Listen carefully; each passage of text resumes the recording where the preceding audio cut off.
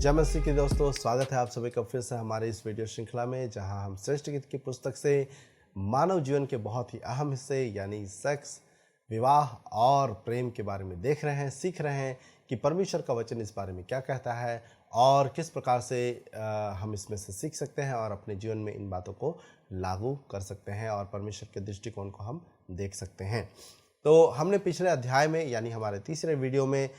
छठे अध्याय के 10 पद तक हमने देखा था और मूल रूप से हमने ये देखा था कि वे किस तरह से एक दूसरे की शारीरिक खूबसूरती की प्रशंसा करते हैं, तारीफ़ करते हैं और वो एक दूसरे के करीब रहना चाहते हैं, करीब आना चाहते हैं। और हमने साथ ही साथ ये भी देखा था कि जो प्रेम संबंध है, यौन संबंध, उसका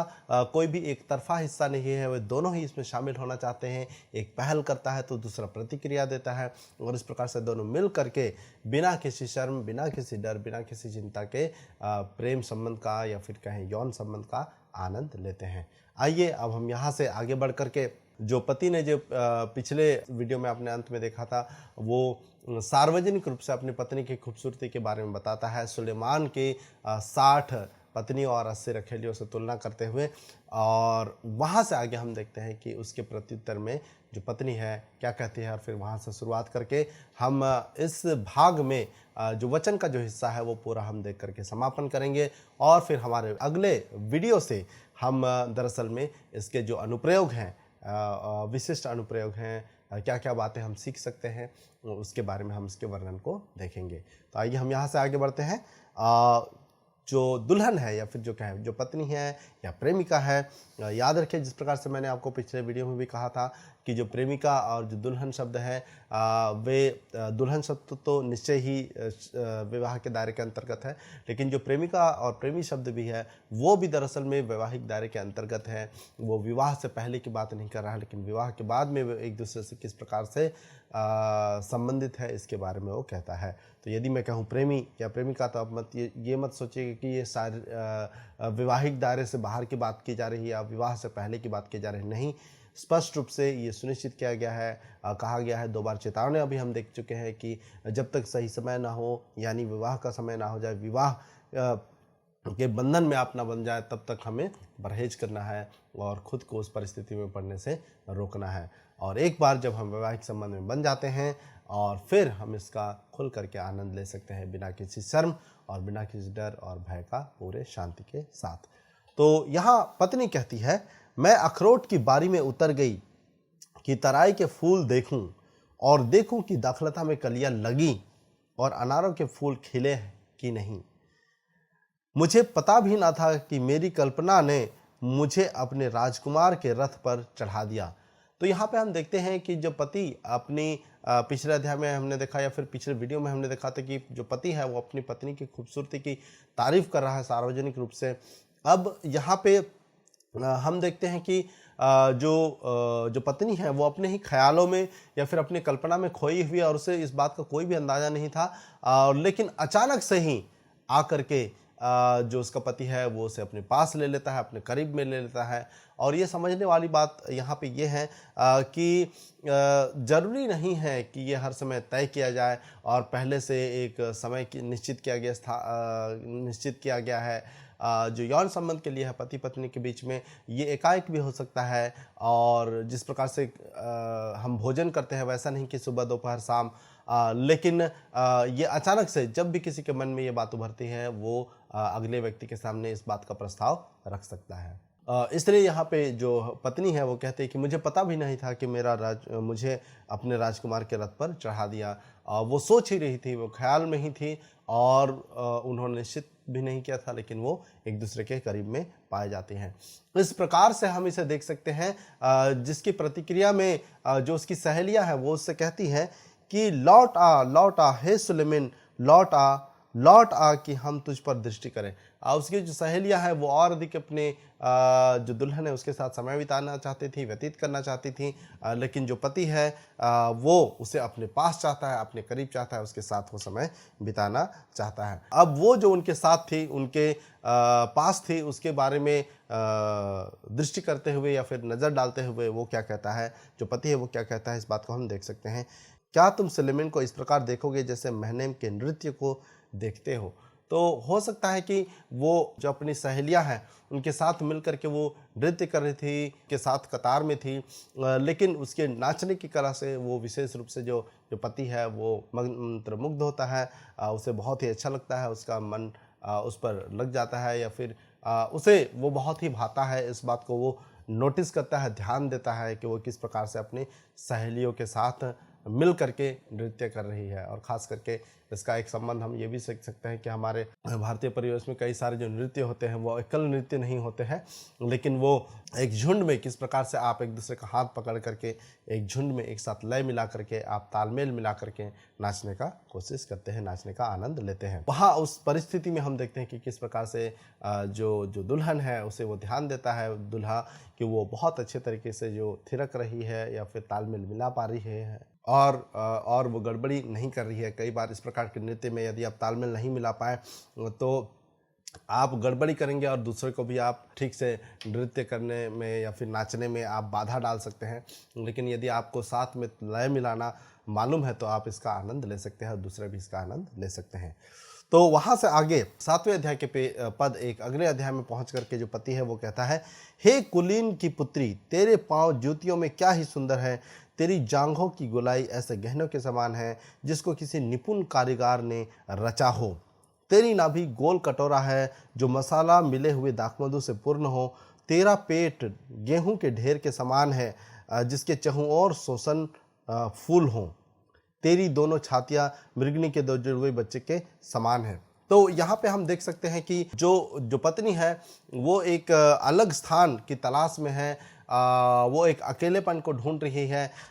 दूसरों से अलग, भीड़ भाड़ से अलग। किस प्रकार से वो अपने जो पति है उसके साथ वो एकांत में समय व्यतीत करना चाहती हैं। और फिर हम देखते हैं कि वो उस एकांत समय में वो आ जाते हैं, एकांत जगह में वो आ जाते हैं और जो है पति जो है वो अपनी पत्नी की शारीरिक खूबसूरती की फिर से चर्चा करने लगता है, जिक्र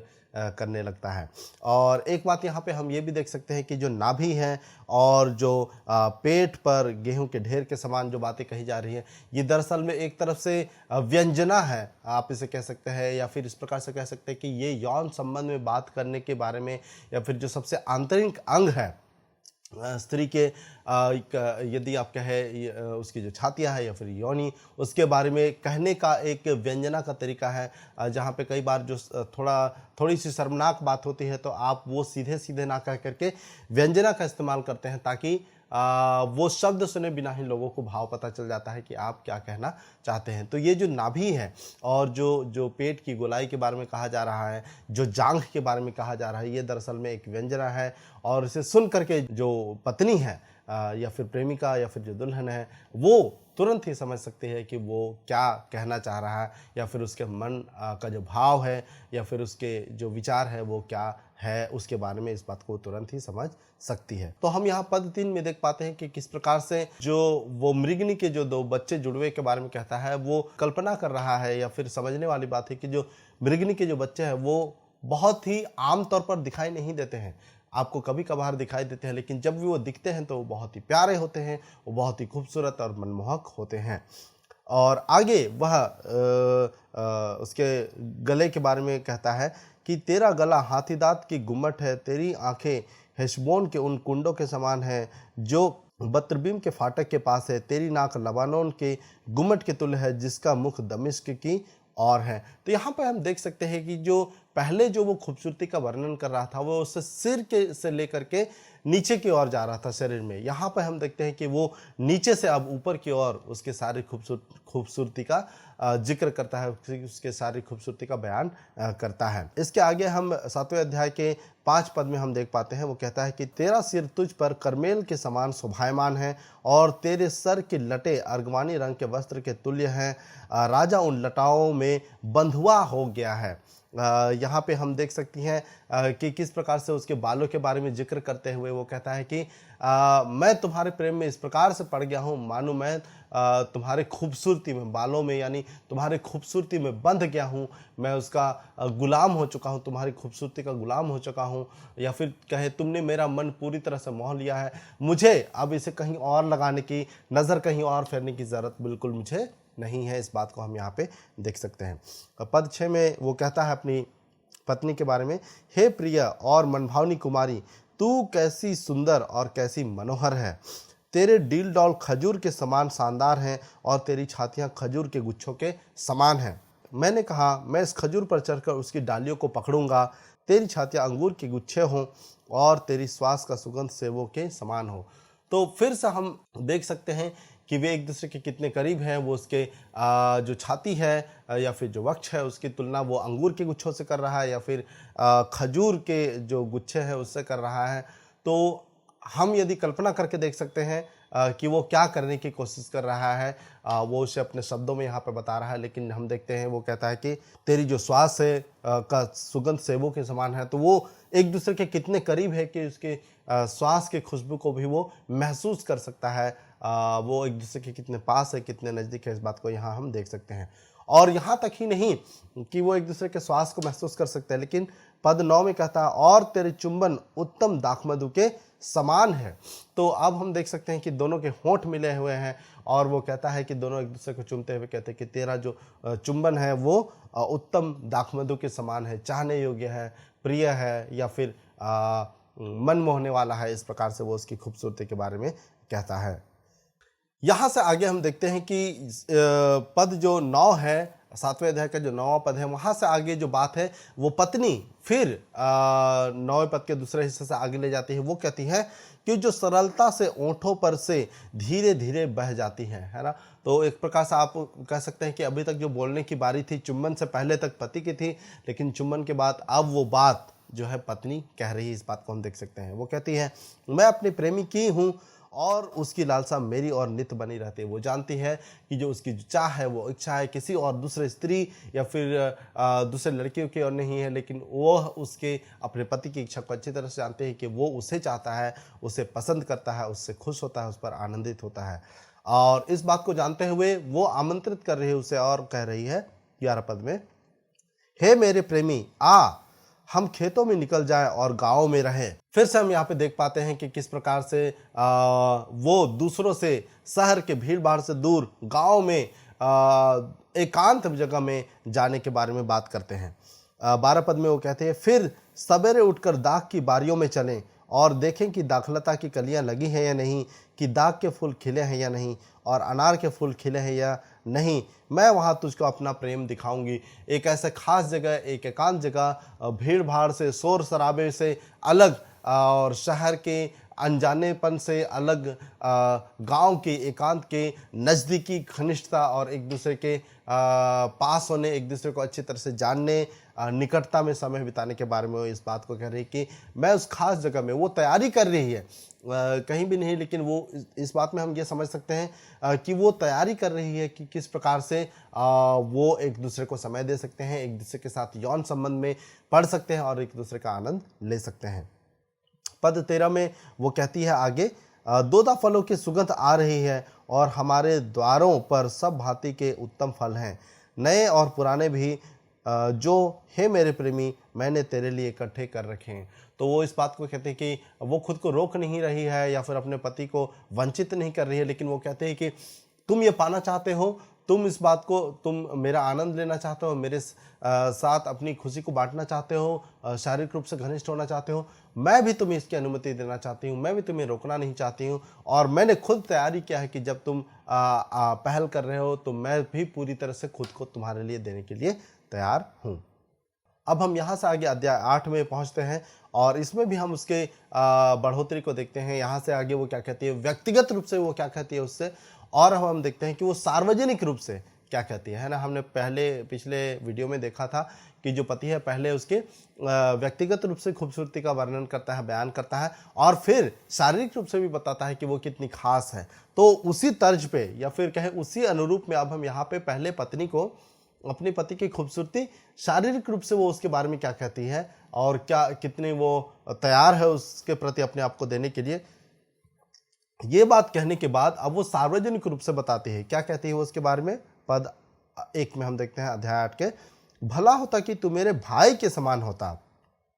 जिसने मेरी माता की छातियों से दूध पिया हो, तब मैं तुझे बाहर पाकर तेरा चुंबन लेती और कोई मेरी निंदा नहीं करता। तो इस बात को हम यहाँ पे देखते हैं कि किसी को फिर से अजीब लग सकता है, किसी को फिर से लग सकता है कि क्या ये भाई बहन के बीच में होने वाले संबंध के बारे में है। दरअसल ऐसा कुछ भी नहीं है। लेकिन भाई के बारे में जब वो कहता है, तो जैसे मैंने बहन के बारे में आपको पिछले बार बताया था कि ये एक भाई बहन का जो रिश्ता जो घनिष्ठ होता है, कितना वे बचपन से एक दूसरे को जानते हैं, उस संबंध को यहाँ पे या फिर घनिष्ठता को यहाँ पे बताने का कोशिश किया जा रहा है कि उतनी ही घनिष्ठता से जो पति और पत्नी है वो एक दूसरे को जानते हैं। पति ने इस बात को पहले ही कह दिया है, 6ठे अध्याय में हमने देखा था, और उसी की तर्ज पे अब हम पत्नी को देखते हैं कि वो शारीरिक रूप से उसकी अपने जो नज़दीकी है उसके बारे में वो कहती है कि अगर वो उसके भाई के समान होता है ना, तो मतलब वो और मुक्त होकर के और स्वतंत्र होकर के अपनी इच्छाओं को बयान कर सकती थी, और उसे किसी प्रकार का संदेह करने की ज़रूरत नहीं होता, ये सोचने की ज़रूरत नहीं होता कि अरे लोग मुझे देखेंगे तो मुझ पर क्या सोचेंगे। ऐसी कोई भी बात नहीं होती। वो आज़ाद होकर कहीं पे भी उससे चुंबन कर सकती थी या फिर कहीं पे भी उससे प्रेम दिखा सकती थी। पद 2 में कहती है, मैं तुझको अपनी माता के घर ले चलती और वह मुझको सिखाती, और मैं तुझे मसाला मिला हुआ दाख मधु और अपने अनारों का रस पिलाती। काश उसका बायां हाथ मेरे सर के नीचे होता और अपनी दाहिनी हाथ से वो मेरा आलिंगन करता। यहाँ पे हम देखते हैं कि फिर से सार्वजनिक रूप से अपने प्रेम का को व्यक्त करने की इच्छा जाहिर करते हुए हम देखते हैं कि फिर तुरंत वो उसे सार्वजनिक से व्यक्तिगत पर ले जाती है, और नज़दीकी में एक दूसरों से दूर एक दूसरे के पास और करीब तुरंत वो कहती कि मैं तुझको अपनी माता के घर में ले चलती और वहाँ मैं तुझको अपना प्रेम देती, या फिर अपना कहती है कि वो अपने अनारों का रस पिलाती। वो कहना चाह रही है कि वो जगह जहाँ मैंने शारीरिक घनिष्ठता के बारे में, है ना, वो पहचाना हुआ जगह, अनजाना नहीं, लेकिन जिस जगह से मैं अच्छे तरह से वाकिफ़ हूँ, जहाँ मैंने इसके बारे में सीखा, अपनी माता का जिक्र करते हुए कहती हैं, वहाँ उसके अनुसार जैसा मैंने मेरी माता ने सिखाया उसके अनुसार मैं इस बात को करती और इस प्रकार से तुझे प्रेम देती। और फिर वो आगे इच्छा करती कि काश उसका बायां हाथ मेरे सर के नीचे होता और उसका दाहिना हाथ से वो मेरा आलिंगन करता। सिर्फ ये गले लगाने की बात नहीं है, लेकिन गले लगाने से ज़्यादा एक दूसरे के वो अंगों को कैसे महसूस कर रहे हैं और कितने वो घनिष्ठ है, नज़दीकी हैं, इस बात को यहाँ पे दर्शाने का प्रयास किया जा रहा है। लेकिन साथ ही साथ हम यहाँ पद 4 में देखते हैं, हे यरूशलेम की पुत्रियों, मैं तुमको शपथ धराती हूँ कि तुम मेरे प्रेमी को ना जगाना जब तक वह स्वयं उठना ना चाहे। तो यहाँ पे फिर से जो चेतावनी का जो वचन है वो तीसरी बार दोहराकर, इससे पहले हमने देखा कि कहा गया है और ये तीसरी बार फिर से उसे दोहराकर कहा जा रहा है कि जब तक उसका सही समय ना हो, यानी जब तक वो वैवाहिक बंधन के अंतर्गत ना हो तब तक तुम इंतज़ार करो, उसको विवाह से पहले जगाने का कोशिश मत करो। क्यों, उसके बारे में हम आगे देख पाएंगे और आगे जान पाएंगे, समझ पाएंगे। वो और भी वर्णन करके बताती है। वो कहती है, यह कौन है जो अपने प्रेमी का टेक लगाए हुए जंगल से चली आती हैं। ये जो बात है वो उसकी सहेलियाँ पूछ रही है, जो पत्नी की जो सहेलियाँ हैं वो पत्नी से पूछ रही कि यह कौन है जो अपने प्रेमी का टेक लगाए हुए जंगल से चली आती है। इसके जवाब में जो पत्नी है वो कहती है, यह कौन है जो अपने प्रेमी का टेक लगाए हुए जंगल से चली आती है। सेब के पेड़ के नीचे मैंने तुझे जगाया, वहाँ तेरी माता ने तुझे जन्म दिया, वहाँ तेरी माता को पीड़ाएँ उठी। मुझे नगिनी के नाई अपने हाथ पर लगा रख और ताबीज की नाई अपनी बाह पर लगा रख, क्योंकि प्रेम मृत्यु के तुल्य सामर्थ्य है और ईर्ष्या कब्र के समान निर्दयी है। उसकी ज्वाला अग्नि के दमन है, वरन परमेश्वर ही की ज्वाला है। तो यहाँ हम देख सकते हैं कि वो बताती है कि क्यों वो उनको शपथ धरा करके चेतावनी देती हैं। वो प्रेम के बारे में बताती है कि किस प्रकार से ये जो नगीने के समान अपने हाथ पर, या फिर एक तरह से कह सकते हैं कि मुहर के समान वो छाप लगा हुआ है। पुराने समय में यदि हम देखें या फिर अभी भी यदि हम देखें तो मुहर जो है वो अधिकार को दर्शाता है और वो बहुत बहुमूल्य होता है। उसी प्रकार से वो बताना चाह रही है कि ये जो संबंध है, जो उसके पति के साथ उसका जो संबंध है या फिर जो वैवाहिक संबंध है, वो इतना ही मूल्यवान है जैसे एक मुहर का मूल्य होता है। और जब ये होता है तो फिर उसे शर्माने की, लजाने की ज़रूरत नहीं है। और ताबीज़ के बारे में जब वो कहती है तो हम जानते हैं कि ताबीज़ जो है वो हाथों पे बांधा जाता है, वो नज़दीकी को दिखाता है। वह दूर नहीं होना चाहती है, अपने पति के पास रहना चाहती है, और इस बात को हम यहाँ पे अच्छे तरीके से समझ सकते हैं। वो साथ ही साथ कहती है कि प्रेम मृत्यु की तुल्य सामर्थ्य है। वो ये कहना चाहती है कि ये जो प्रेम है, पति पत्नी के बीच का जो प्रेम है, ये बहुत ही शक्तिशाली है और ये बहुत ही सामर्थी है। और हम आगे वो कहते हैं कि और ईर्ष्या कब्र के समान निर्दयी है। प्रेम में काफ़ी ईर्ष्या भी होता है। जो पत्नी है उसे पसंद नहीं होता है कि जो पति है वो दूसरे जगह पे अपनी आंखें फेरे, या फिर पति को भी ये पसंद नहीं है। तो वो एक दूसरे से काफ़ी ईर्ष्या करते हैं। कई बार ये ईर्ष्या एक अच्छे भावना से जाग करके आती है, एक अच्छे भावना से निकल करके आती है, जहाँ वे एक दूसरे को किसी और के साथ बांटना नहीं चाहते हैं, लेकिन एक दूसरे के ही वे प्रिय और एक दूसरे के ही वे करीब रहना चाहते हैं। आगे वो प्रेम के बारे में और वर्णन करते हुए क्या कहती है कि पानी की बाढ़ से भी प्रेम बुझ नहीं सकता और न महानदों से डूब सकता है। यदि कोई अपने घर की सारी संपत्ति प्रेम की संपत्ति दे दे तो भी वह अत्यंत तुच्छ ठहरेगी। तो एक बार जब ये प्रेम जग जाए, एक बार जब ये प्रेम उठ जाए, या फिर एक बार जब ये प्रेम सक्रिय हो जाए, तो फिर इसे रोक पाना कठिन नहीं है, उस आग को बुझा पाना कठिन नहीं है। इसलिए वो चेतावनी देकर कहती है कि ये बहुत ही सामर्थी है, बहुत ही ताकतवर है, तुम इसे रोक नहीं पाओगे। इसीलिए बेहतर क्या होगा कि तुम सही समय का इंतजार करो, जहां पे तुम्हें एक बार इसे जगाने के बाद रोकने की जरूरत ना पड़े। यहाँ से आगे पद 8 से आगे हम देखते हैं कि ये जो लड़की है, एक लड़की है, वो अपने इनकी बात सुन करके, या फिर ये कहें जो सहेलियाँ है, या फिर जो वहाँ पे पुरुष है, उनकी वे सभी ये चेतावनी सुन करके ये सलाह लेना चाह रही है, या फिर वो बताना चाह रही कि उनके व्यक्तिगत परिस्थिति क्या है। वो अपनी छोटी बहन का जिक्र करते हुए बताते हैं कि हमारी एक छोटी बहन है। जो लड़के हैं वो इस प्रकार से कह रहे हैं, भाई है इस प्रकार से कह रहे हैं, हमारी एक छोटी बहन है जिसकी छातियाँ अभी नहीं उभरी। जिस दिन हमारी बहन की ब्याह की बात लगे उस दिन हम उसके लिए क्या करें, ये सवाल पूछ रहे हैं। और आगे उस सवाल का वो जवाब भी देते हुए कहते हैं, यदि वह शहरपनाह हो तो हम चांदी का कंगूरा बनाएंगे, और यदि वह फाटक का किवाड़ हो तो हम उस पर देवदारू की लकड़ी के पटरे लगाएंगे। तो कहने का तात्पर्य क्या है,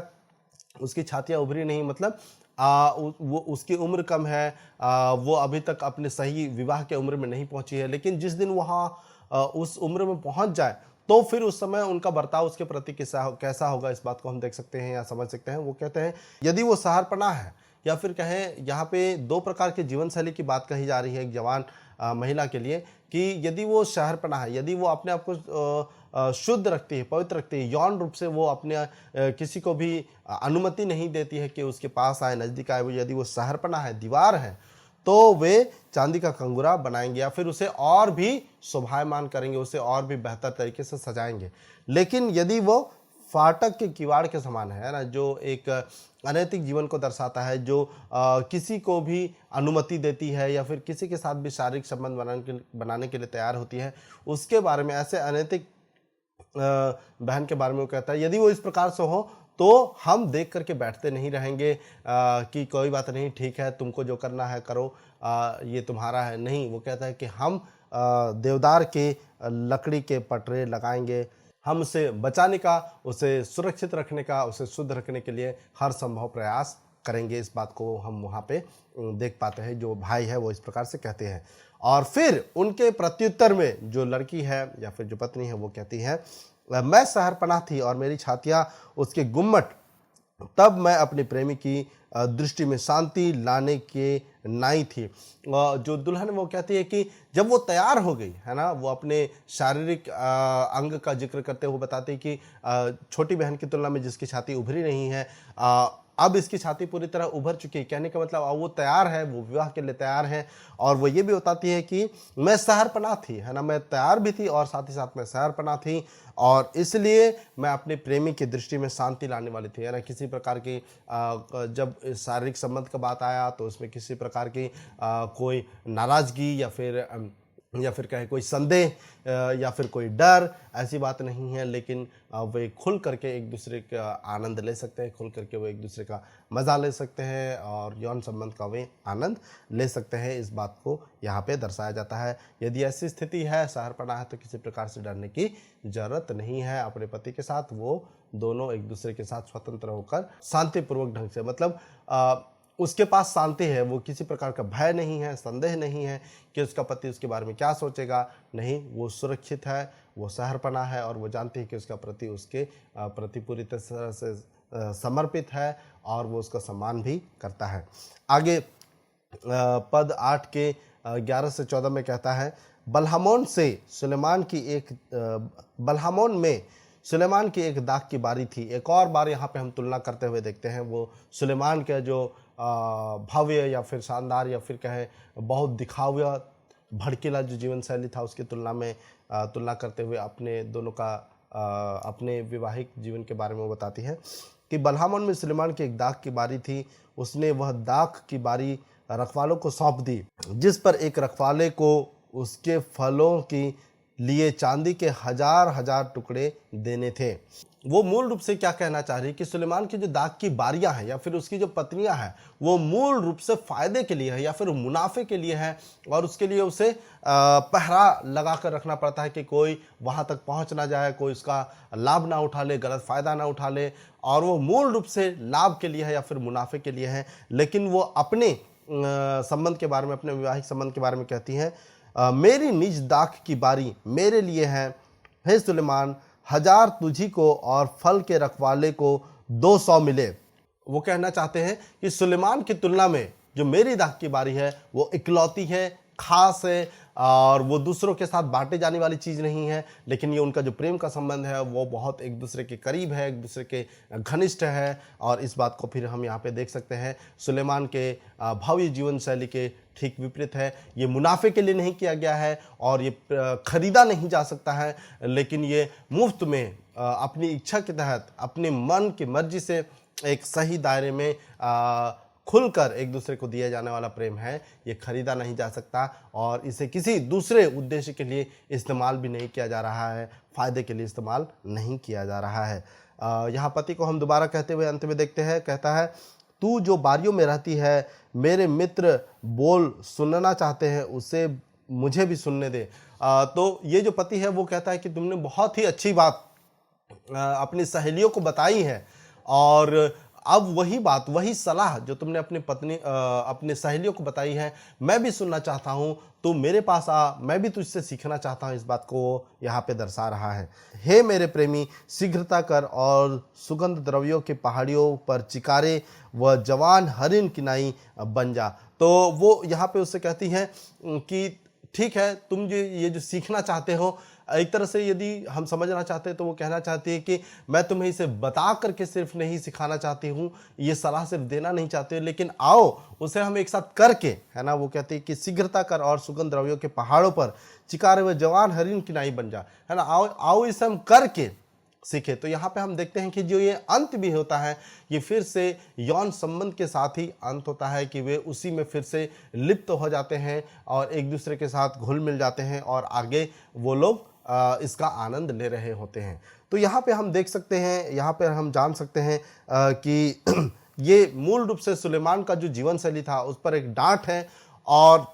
उस पर व्यंग किया जा रहा है कि वैसा नहीं, लेकिन जो प्रेम संबंध होना चाहिए या फिर जो पति पत्नी का संबंध होना चाहिए वो सृष्टिकृत में पाए जाने वाले इस गांव के जोड़े के समान होना चाहिए, जो एक दूसरे के लिए काफ़ी खास है, एक दूसरे के लिए काफ़ी विशिष्ट है, और वो फायदे के लिए नहीं लेकिन वो स्वार्थहीन तरीके से एक दूसरे को दिए जाने वाला है। तो फिर ये जो गीत है, श्रेष्ठ गीत का, हमने पहले अध्याय से जो सुना था, देखा था, वो इस प्रेम के या फिर एक दूसरे के प्रति चाह के साथ इसका शुरुआत होता है और फिर चाह के साथ अंत ही नहीं हम बोलते हैं, लेकिन ये यहाँ पे समाप्त नहीं होता है, लेकिन ये आगे भी बढ़ता जा रहा है। तो ये वो प्रेम है जो परमेश्वर के द्वारा ठहराए गए दायरे के अंतर्गत जो प्रेम संबंध होता है, जो यौन संबंध होता है, वो कितना मुक्त करने वाला है, शुद्ध है, पवित्र है, परमेश्वर को भाने वाला है और एक दूसरे के निडर होकर आनंद लेने के लिए भी हमें अनुमति देता है। एक और बात हम यहाँ पे ये भी समझ सकते हैं अंत में कि जो यौन सुख है या फिर जो यौन संबंध का जो खुशी है वो परमेश्वर की और से मनुष्य जाति को एक वरदान है या फिर सबसे अहम वरदानों में से एक है, जिसका परमेश्वर चाहता है कि हम बिना किसी लाज, बिना किसी शर्म, बिना किसी डर और बिना किसी संकोच और संदेह का एक सही दायरे के अंतर्गत हम आनंद उठा सके, उसका हम मजा ले सके। परमेश्वर चाहता है कि हम इस खुशी को प्राप्त करें और ऐसा करते हुए हमें कोई भी ग्लानि ना हो, हमें बुरा ना लगे और हमें डरने की ज़रूरत ना पड़े। इसलिए हमें इसे परमेश्वर के द्वारा ठहराए गए दायरे यानी विवाह के दायरे के अंदर ही करना चाहिए। तो यहाँ पे हमने समाप्त किया हमारे जो वचन का अध्ययन था। अध्याय 1 से लेकर के अध्याय 8 तक हमने वचन और उसका विश्लेषण, कुछ संदेह थे, क्या इसका अर्थ हो सकता है, क्या भावना है, इन सारी चीज़ों को हमने देखा। और यहाँ से आगे अगले वीडियो से हम देखना शुरू करेंगे कि क्या खास विशिष्ट स्पष्ट बातें हैं। हम 3 बातों को देखेंगे मूल रूप से कि क्या हम इसमें से सीख सकते हैं और अपने जीवन में लागू कर सकते हैं। तो अगले वीडियो में हमारी फिर से मुलाकात होगी और हम अनुप्रयोग के बारे में सीखेंगे। तब तक आप अपना ख्याल रखें और आप सभी को जय मसीह।